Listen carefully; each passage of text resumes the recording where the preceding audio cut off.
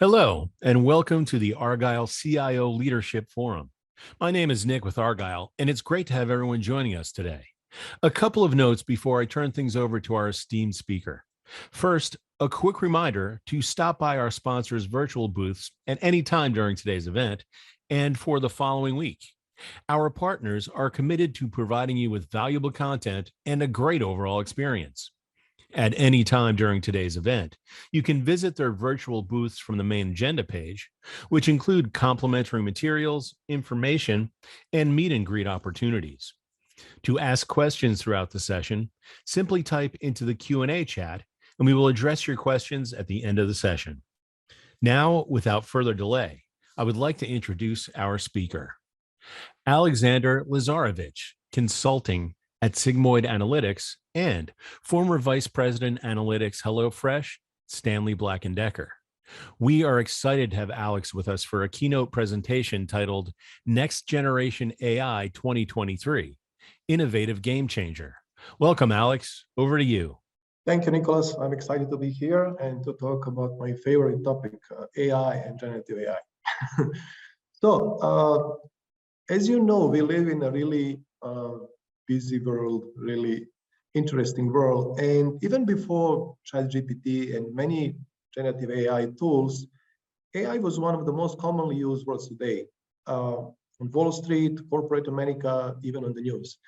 And yet it was one of the least understandable words that we use today. If I ask people on the street, in the office, what is the AI? I bet I'll get like a different answer. And this is not surprise because this is still evolving field. However, in the last 10 months or so, most of the people will probably associate AI with ChatGPT, Bard, Midjourney, and other similar tools. And they may be right. These tools are indeed shaping the way how we work, how we learn, and how we live our lives. So before we actually turn into the future of AI, let's quickly go through the evolution of AI. So some people really claim that they have AI systems like this mechanical Turk in 7070, but actually this was a fake, another fake that actually that we have AI. Some people consider that Alan Turing was the first person to actually invent some kind of thinking machine. And in 1950, he wrote a paper computing in the journal Computing Machinery and Intelligence. He wrote a paper and he had questions, can machines think? And he also proposed a solution that computer would deserve to be called intelligent if it could deceive a human into believing that it was human. However, Alan Turing couldn't go too far because at that time, machines couldn't store any commands and it was extremely expensive to lease or run the computer at that time. So like 5 years later, there was actually event, the first computers actually were created. There was a program called Logic Theorist, and it was designed to mimic how humans actually solve problems. And just a year after that program, it was introduced at the Dartmouth conference where John McCarthy, Marvin Minsky, and Claude Shannon introduced and coined the term artificial intelligence. So that was really the brief 1-minute history of AI. So let's try to see where is AI today, what we mean by AI today. And AI, even before ChatGPT, was viewed as a way of improving the performance of people and machines by using different kind of models and insights that are generated from automated data analysis. And AI was exponentially growing in the last decade and even super exponentially growing since ChatGPT because we have hundreds of tools. And even before ChatGPT, every time when you search, for example, something on Google, the form of AI popped up and actually provide the results for you. Every time you ask Siri or Alexa something, again, the speech recognition and NLP turns out. So all of these are forms of AI that are actually changing the way how we work today. The main question is really what has made AI possible today? There are actually three main factors. The first one is enormous volume of data is started to collect it across all the companies, governments, web, and also our mobile phones. Actually, companies are collecting not only what we put on the web, not actually what we can generate into companies, but also different videos, images, text, and so on. The second thing that made possible AI is computing power. You all actually aware of explosion of NVIDIA chips, graphical processing units, and all the hype that is going around NVIDIA chips. And the third thing, let's not forget that for the first time, when ChatGPT appeared, people had opportunity or ability to easily communicate with AI systems and understand what the system is saying. Prior to that, people who were in analytics or data science organization typically have a problem to convince people that analytics or data is something they need to invest in. Okay, so let's see basically what is AI, and let's go through the quick evolution of AI. So backbone of artificial intelligence is machine learning, and machine learning is considered as a subfield of computer science and artificial intelligence that basically builds different kind of algorithms that allow our computers to learn from the data in order to perform tasks that are basically instead of being explicitly programmed. So basically machine learns from the data. That's the main characteristic. And that's different from AI, where actually the goal is to create self-aware machine. And this is like first form of AI, how people went to that. There are several types of machine learning algorithms. Supervised learning, where you try to actually predict certain outcome. For example, classification, you're trying to predict certain types, for example, several classes. Let's say whether the stock market will go up or down, there are only two outcomes, or regression, where you try to predict basically the exact value of particular stock. Also, you have unsupervised learning when you don't have any label data, when you're actually trying to learn the patterns from the data. That could be clustering, association rule, anomaly detection in different kind of forms. Then you have a semi-supervised learning, in which you actually try to have both data, both label data and unlabeled data. And finally, you have a form of reinforcement learning, when you actually try to optimize certain behavior of the computer, of machine algorithm. So with the further evolution of machine learning, there was a field called deep learning that appeared around 2010, 2012. And actually, people started to use an extremely large number of artificial neural networks with several layers in order to process more complex patterns from extremely large volume of data. So this was a significant difference from what was done before. Before that, people didn't have computational power to actually run some of these neural networks. However, with increasing computational power, people start to use deep learning and to solve different kind of problems. For example, like image classification, can we distinguish cats from dogs, and so on. And then just around last year, a few years back, in transformer models, there was a new wave of machine learning, which was called generative AI. And it's again, subset of deep learning that is mostly focusing on content generation. We can talk a little bit more after that, what that actually means. And finally, what most people are familiar with today are large language models. This is probably the new buzzword in the corporate America. And again, this is just another subset of deep learning.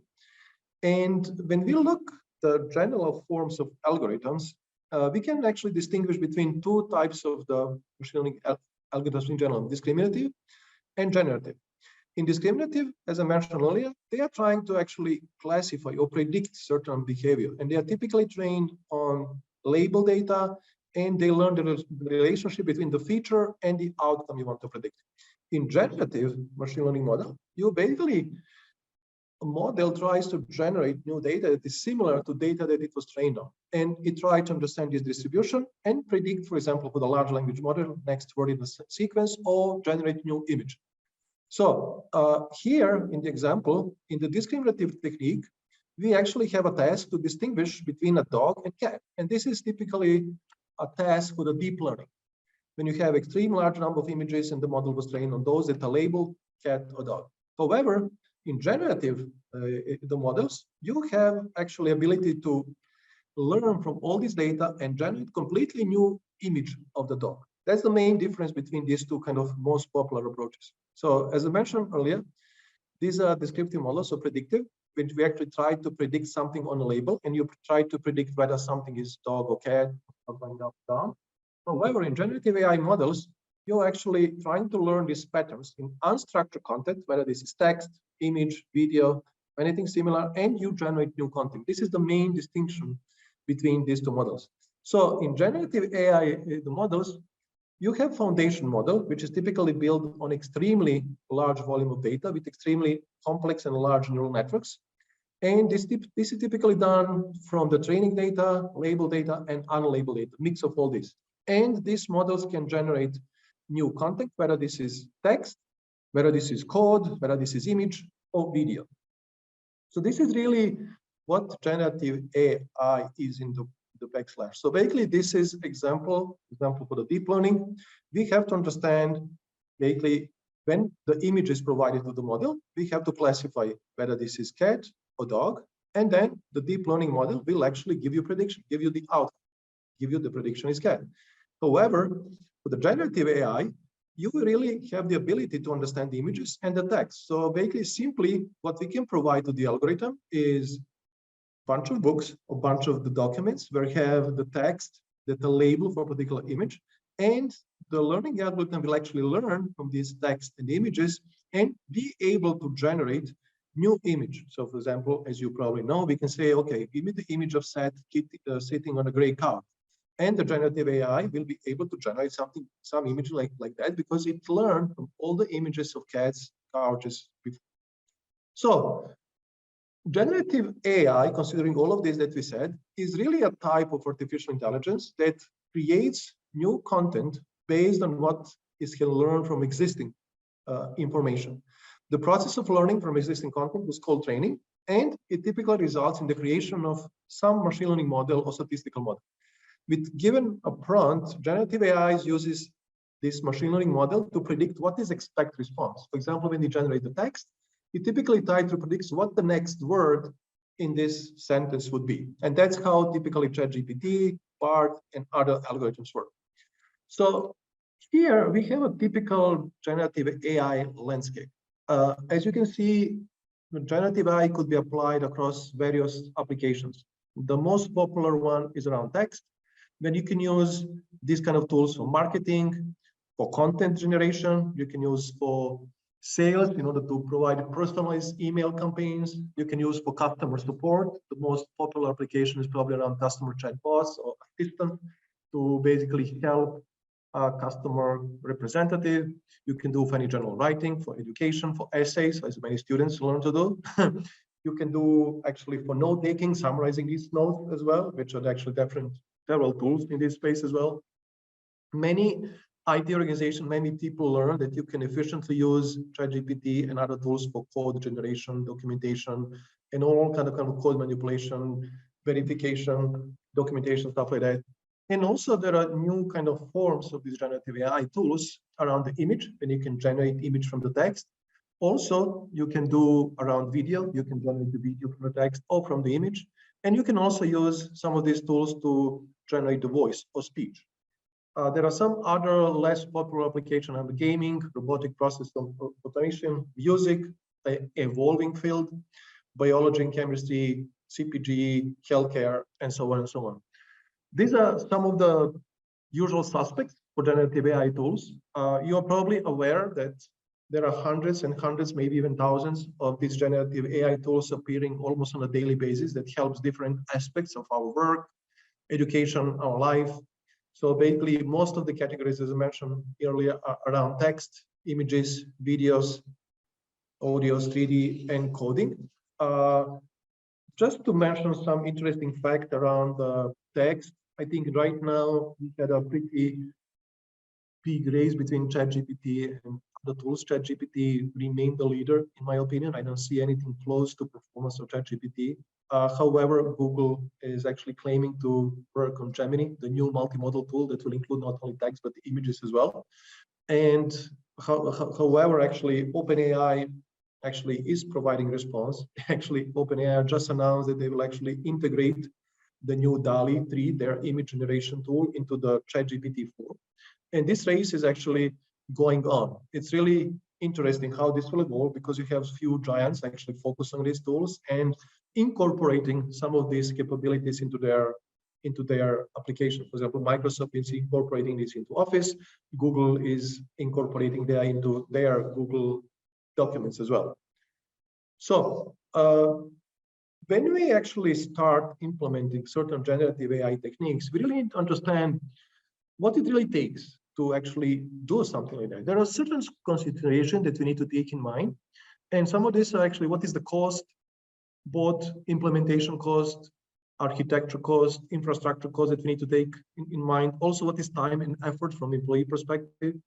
What should be the quality of output? And also, what are the data safety and security aspects? There are several key challenges to successfully implement any generative AI application. And some of these are regarding really high infrastructure development cost. The second one is data quality. It's a significant factor because it could produce inaccurate results, hallucination, and so on. Also, data quantity. You need to have certain volume of data in order to have certain outcome. Also, you have a lot of risk around data security, privacy, even bias. If you have certain bias in data, this bias would be represented in your model. And also, very often people like to understand why they get certain results. And these kind of generative AI models that rely extremely large neural networks will not have that ability. So you really need to understand all these aspects before you start actually thinking about potential generative AI use case and applications. This is the typical scenario, in my opinion, how company perceive the generative AI, because generative AI is mentioned very often, even in some earning calls. That's why many executives have a fear of missing out, and they typically go to the people who run IT or analytics organization, and they tell them, okay, we need to have one generative AI application. But typically, this doesn't work that way. You typically have to go from the business problem of the customer and go your work back, actually, how technology can help them. You cannot use technology and see what we can do.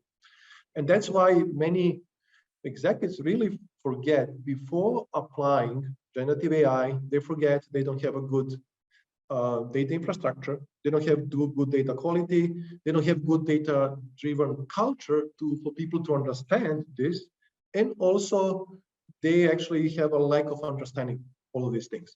So there is a recently Harvard Business Review article that tried to understand actually when and how companies should invest in generative AI. And as you probably know, many companies are struggling with basically where to start. And this article actually researched a global community of around 3,000 generative AI practitioners, and they introduced a new kind of category of work, a new framework that is called WINS, that actually is more precise and actionable than the knowledge. So basically, they define this WINS work basically framework where basically stands for words, images, numbers, and sounds, and represents areas where tasks, certain functions, or even entire industries are dependent on manipulation and interpretation of these elements. So basically, every time you have industry that depends on manipulation, either words, images, numbers, or sounds, that industry is more prone to actually have any generative AI applications. So let's just go through quick examples. So basically, they provide this kind of the quadrant. They provide kind of 4 cells, and they actually have 2 dimensions. Percentage of cost base, basically how much of the work you're doing in this space of words, image, number, sounds, and also how much of this work is digitized, how we are ready actually to run this. And they actually created like 4 levels, as I mentioned. The first category called in the crucible, they basically have a high percentage of cost based in WINS work, and they also have high digitization. And this is the company that must embrace generative AI to stay competitive. And these kind of applications typically provide new creative answers and expressions for everything from recipes to marketing. And according to this article, some of the industries in this space are entertainment, software, which is quite relevant for IT organization because they see this software development is pretty ripe for impact from generative AI, various forms of financial and professional services, and even education. So the next group is called holding a lever. And this group can gain advantages even with the moderate engagement in WINS work. And this is typically in the area of supporting different requests for proposal bids, sales, content management, product development, and so on. And these are the industries that are affecting around agriculture, logistics, retail, and CPG, oil and gas, pharma, and hospitals. The third group is called next in line. And they actually have the ability to digitize most of the work, but they actually have a high percentage of the cost based there. And they actually need to enable new level of customization. So this is like this industry belong like physical therapy, real estate development, home decor, and so on. Because right now you have ability to actually develop a lot of these kind of new designs using these tools. And finally, in the fourth group, then we really have a high amounts of low skilled labor, or nature of the skill is more related to creating a physical product. You have this core group in the balcony, which is like landscaping, dry cleaning, a lot of this kind of physical and manual work. So, so this is one kind of the guidelines maybe for the people to think how their companies could really start in this space. There are many potential applications or use cases of generative AI. The first area that I would mention here is around, CPG industry and retail, or in general, direct to consumers. So in this kind of industry, you can definitely talk about personalized marketing, personalized welcome messages. As I mentioned earlier, you can definitely use as a customer support, either to create an AI assistant for the customer representative to quickly find certain information and summarize them for them, or actually creating a real-time chatbot that will directly interact with the customer. You also can use this for customer marketing, either like a content generation or provide personalized marketing emails. Also, you can do for sentiment analysis of your reviews. When we were at Stanley Black & Decker, we actually run transformer models that we actually automatically discover what people like and dislike about our products, but also our competitors as well, and use this information to actually develop new products as well, which is the next category here as well. So these are some kind of potential applications. If you want to talk about the healthcare, there are definitely huge opportunity in drug discovery. There is also huge opportunity, in my opinion, to generate the medical records, or electronic health records from the conversation the doctors have with the patients, creating automatically these medical records, and also providing the personalized treatments for the patients. There are huge opportunities. However, since we are focusing mostly on IT today, I would like to actually show how some of this can be leveraged for IT. So there is another Harvard Business Review article basically that discusses the kind of framework of citizen developers. And these are typically people who do not have any formal background in coding, but they can use generative AI tools to create different kind of applications. And the authors argue that this trend is reshaping the traditional roles with the IT organization and trying to foster more collaborative and innovative environment. So they propose actually to move from this traditional centralized IT, when you have hierarchical structure, centralized control, longer development cycle, and limited flexibility, to democratized citizen development, when you have a networks of people that are focusing on different business functions, but you have much faster innovation, you have a rapid development cycles, and increase agility. So in order to do this, you basically have to do several things. You have to do the proper training. You have to recruit and classify some of these citizen developers. You have to train your own developers. You also need to actually build this kind of citizen development infrastructure, and also, and of course, and enforce some kind of collaboration between IT and business units, and empower this kind of community learning. So you probably tried already many times how ChatGPT can be used for simple code development. And what I would like to do here now is to show how generative AI could be used for data science, to build predictive models. And I prepare one example for you. I'll right now switch to ChatGPT.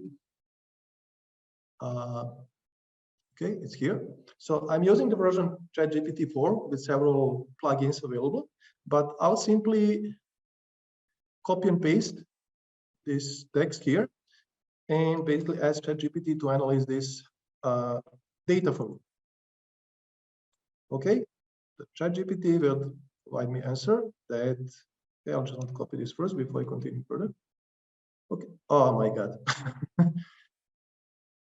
Okay, I have an error very exactly when I don't need it, but luckily I saved the outcome from before. And I can show you what actually, okay, sorry. Okay, this is the outcome from before. I know it's not working in real time. So basically I provided the data set and I asked him, I want you to act as a data scientist and write the code for me. Please build a machine learning model to predict the purchase variable from the above data set, because this is the data set that I provide. This is the outcome that I want to predict. And I want to build machine learning model that from this data will build predictive model to predict this target variable. So what ChatGPT provided me is basically it explained to me what are the steps that I need to take from data pre-processing, feature selection, model building, model validation, and actually it provided the code for this. And you can see that actually it's completely included. It covers all the aspects. It explains what step is covered here.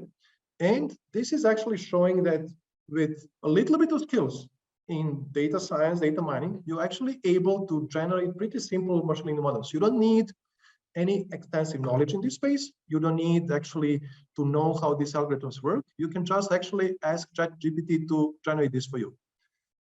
So finally, since I have only 1 minute, important thing when you generate or use any generative AI is to consider what is the value we created. And typically, right now, you can consider value in revenue opportunities, which could be product development, new revenue channels, cost reduction or productivity opportunities, or also some risk opportunities. By far, so far, many organizations try to leverage or quantify the value through increased productivity or efficiency of their work. You also need to consider what is the cost for these implementations, for these applications, and your cost can vary from really low, when you use really free versions of the public or openly hosted applications, to really high when you try to use licensed, customizable and proprietary models, and you start everything from scratch. There are several risks and things that you have to consider. You have to consider basically what are the good aspects of generative AI. Be all aware what are the benefits of this. The second, as I mentioned earlier, you have to consider what the data quality, how this would affect my model, data security, data breaches, bias, how all of this affects us. And of course, very important is copyright rights. And finally, you have a lot of bad actors here, ugly, that they try to produce deep fakes, they produce phishing attacks and use generative AI for the bad purposes. You all need to be aware of these things and act responsibly. And we're talking about responsible using, we have to start thinking about responsible generative AI. We have to start defining what is AI governance, what is accountability of people who do this, what are the ethics behind this, and also how we efficiently use that. So, having said that, I would like to actually finish my conversation is that generative AI is generally very promising, exciting technology in my opinion, but we should put the proper guardrails, we should put the proper regulations in order to actually reap the benefits the most. I just read the quote from the McKinsey report recently, and someone compared generative AI to the sentence they say, we just opened the Jurassic Park, but we didn't actually install the electric fence. And that's basically where we're in this stage today before we actually have any kind of regulations. So I will stop here, and I'd like to see if there are any questions for me. Yes, thank you, Alex. Here's a question from the audience. We are seeing code checks being done in ChatGPT and want to mandate security policies to avoid our company's collateral being exposed. Any tips for building parameters around enterprise use? Yes, actually, there are several companies that started to provide this kind of commercial versions of ChatGPT. For example, ChatGPT itself started to provide ChatGPT for business, where actually they protect your data. They guarantee that the model you build there is only built from basically from your data, actually doesn't expose your data elsewhere. So that's one option. Another option is really to use your kind of open source code and develop yourself. There are multiple options for that. I think Meta or Facebook provides a Llama framework that you can use for yourself. I think these are two options that people typically can go without actually exposing their data to outside world. Great. And here's another question. No doubt AI is a great tool, but how do you get it to be used ethically? That's basically my last slide is talking a little bit about that. So this is the evolution that we have to go through. I think this is real. Right now, we are actually driving really crazy. We are not thinking how to build the brakes yet. So we have extremely fast car, but we didn't build the brakes fully. And right now, there may be many potential implications of that, starting from the copyright rights, starting from false information flowing on the imprint, misinformation. So we need to start talking about AI regulations, that we put the right guardrails around AI, and the people start using this responsibly. I think this is the only way. We need to involve more of regulators, and I think there are some initiatives around this. There are US, I think in US, we had a meeting last week when few companies met with the government to actually discuss about their regulations. EU did the same thing last week. I believe UK just announced some AI regulations yesterday. So there are some efforts around the world to put the guardrails around this. Well, great. And thank you again, Alex, for such an incredible presentation. Anything to add? No, I think use responsible, as the question said. Great, for sure. And thanks again. And I want to thank everyone else for joining us today. This session, along with all of today's content, will be available on demand following the event. This officially concludes the Argyle CIO Leadership Forum. We would like to thank today's sponsors, Espressive, Rimini Street, and Adobe, for their support. This event would not have been possible without them. Thank you again for joining us today and engaging in our content. Have a great rest of your day.